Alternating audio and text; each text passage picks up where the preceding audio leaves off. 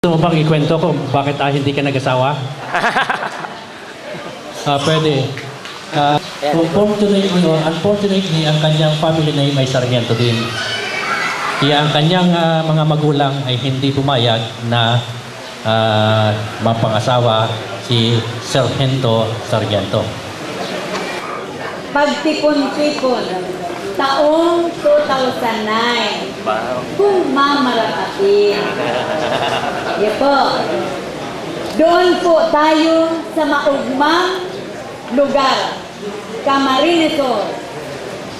Kasama po ang Naga City at Iriga City, Bicol Region po. Yan. Salamat po. Ang ating pong National Council ay magkaroon ng mag-layout ng design o format ng ating national ID na dalawa po ang signatory. Yung chapter president, yes, and then countersigned by the national president. Maraming salamat, Sandy, sa iyong panukala. Yan palagay ko narapat na pag-usapan nung susunod na. Una po, binabati ko kayong lahat na nanggaling sa iba-ibang probinsya. At kahit na tayo ay may kahirapan ng panahon, nagdadating po kayo. That is a symbol na tayo po ay talaga nagkaisa. Gusto ko lang po batiin ang newly elected president ng Camarines Sur chapter na si Mrs. Aida Sarmiento. Sana po tibayin natin pagkakaisa sapagkat ito po ang ating samahan ay talagang napakaganda po. Sana po pagdating ng 2009, buhay pa naman ako para po kahit papano maka-attend po ako sa Camarines Sur. Umasa po kayo. Umasa pa kayo that May 1, 2009, I will be in Camarines Sur. Camarines Sur at saka sa Catanduanes. 2 months, last month po ay nagkaroon kami ng reunion doon sa Garcio Torena, Camarines Sur. Lahat po ng Sarmiento sa Garcio Torena. At para sa kaalaman po ng lahat, kami ay nakatipon po ng mahigit 300 Sarmiento. Sa isang bayan lang po yun. Sa isang bayan lang po yun ng Camarines Sur. Kaya po, ipapahatid ko ang balita na ito sa kababayan ng aking ina na nandoon sa Garcio Torena. Ang nag-organize po nito ay yung mga Sarmientos from US and Australia. Sa year 2010 po ay magkakaroon ulit kami ng grand reunion doon sa isang bayan, and we expect more than that number. Nire-request ko po yung representative po ng yung mga chapters po by province na kung pwede ho magpadala kayo ng representative doon sa Garcio Torena para masilayan nyo po yung island po na kung saan kami ay nagdadaos ng reunion. Isang island po yun, hanapin nyo po sa internet yung Kinalasag Island sa Garcio Torena, Camarines Sur. Napakaganda po ng lugar na yon. Binigay ko kay General yung pangalan ng isang doktor natin doon na Sarmiento, pero hindi po siya nakarating. Kasi po, Planong 1965, kasama na po natin ang ating kagalang-galang na dating Congressman at Mayor namin ng San Jose del Monte City, ang aming mahal na Mayor Lito Sarmiento. Pinagmamalaki, subok na subok sa trabaho, ano po. So ang akin lamang pumungkahi dahil ako po ay nasa pamahalaan, bukod po dun sana yung mga members or officers. Akong natuluyan at mayroong tumulong sa akin. So kaya yung pagsama dito sa ating ugnayan, mararanasan nyo rin. Kagaya ngayon, ako ay naka-schedule na pupunta ng Naga to attend yung perpetual vow ng mga madrera natin sino sa amin sa Bungabong.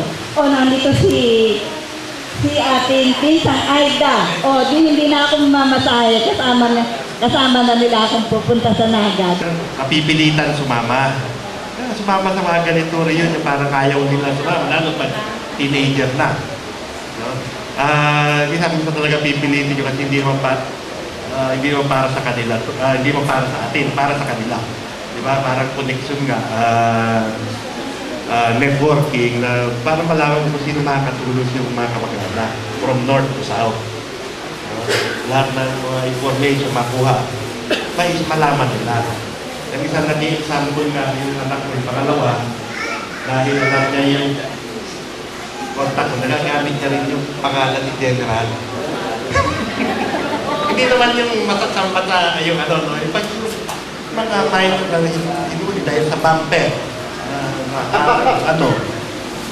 nagamit niya pamangkin po ako ni General Recaredo sa yung mga ganun sabihin, maliit na bagay sa kanila na aanuhan nila.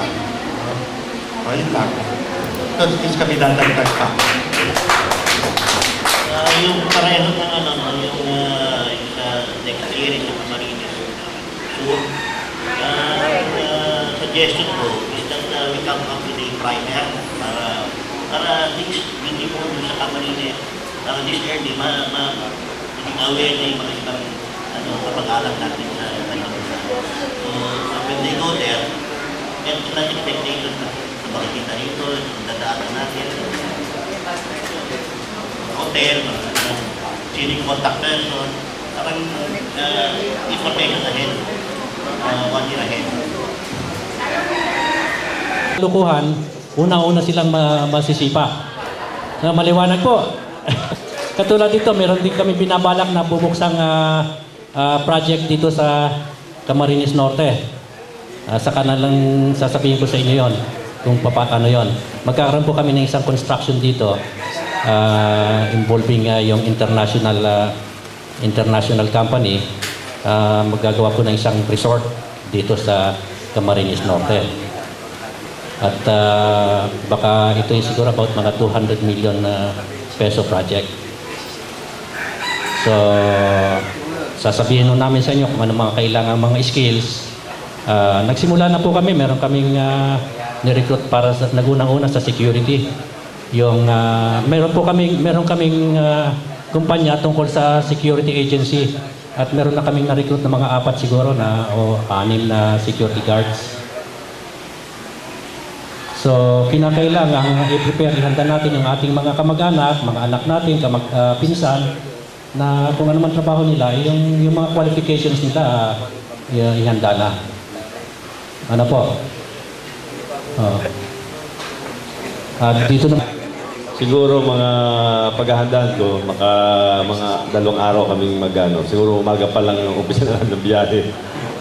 At alam ko kasi ang aking papel yung sa hymn. Mamaya po tayo kakanta ng ating official hymn na yun po ang aming naging ambag sa ating angkan.